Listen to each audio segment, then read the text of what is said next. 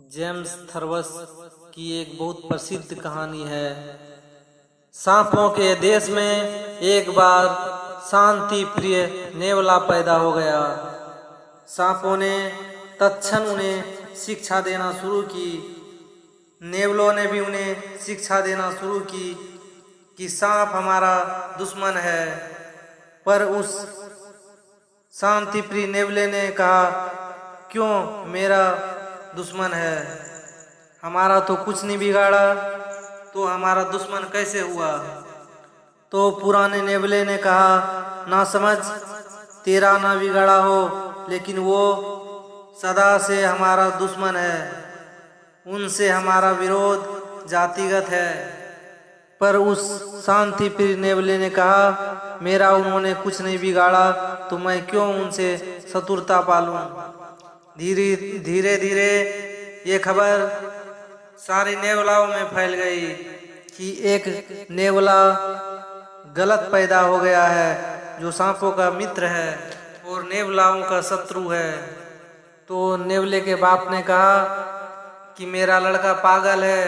नेवले के माँ ने कहा, ये मेरा लड़का बीमार है। नेवले के भाई ने कहा, ये हमारा भाई बुज़दिल है। इस प्रकार सभी ने उनके बारे में कुछ न कुछ कहा। फिर सभी ने उनको समझाया कि हमारा राष्ट्रीय कर्तव्य है कि हम सांपों को मारें। हम इसीलिए इस पृथ्वी को सांपों से खाली कर देना चाहते हैं। लेकिन वह नेवला किसी की बात को मानने के लिए तैयार नहीं हुआ। तो सारे नेवलाओं ने कहा, सारी बुराई सांप ही शैतान है। तो उस शांत नेवले ने कहा, मैं तो इसमें कोई फर्क नहीं देखता। सांपों को भी देखता हूँ तो कोई शैतान नहीं दिखाई पड़ता।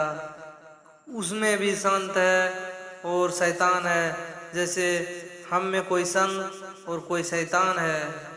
इस तरह बातें करने से सारे नेवलाओं में अफवाह फैल गई कि वो नेवला वस्तुतः सांप ही है, सांपों की तरह रेंगता है और उससे सावधान रहना। शकल उनकी नेवला की ही है और आत्मा सांप की है।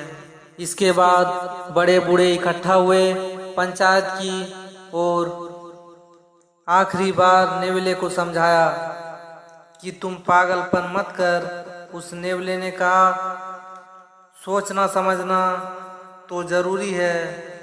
तो एक नेवला ने कहा, सोचना समझना गद्दारी है। तो उसी भीड़ से दूसरे नेवले ने कहा, सोचना समझना दुश्मनों का काम है। फिर वो उसे ना समझा पाए तो उस नेवले को उन्होंने फांसी की सजा दे दी। जेम्स थर्वर ने अंतिम वचन इस कहानी में लिखा है। हमें इस कहानी से शिक्षा मिलती है कि अगर तुम अपने दुश्मनों के हाथ ना मारे गए तो अपने मित्रों के हाथ मारे जाओगे। मारे तुम जरूर जाओगे। ऐसा ही स्थिति प्रत्येक मनुष्य का है।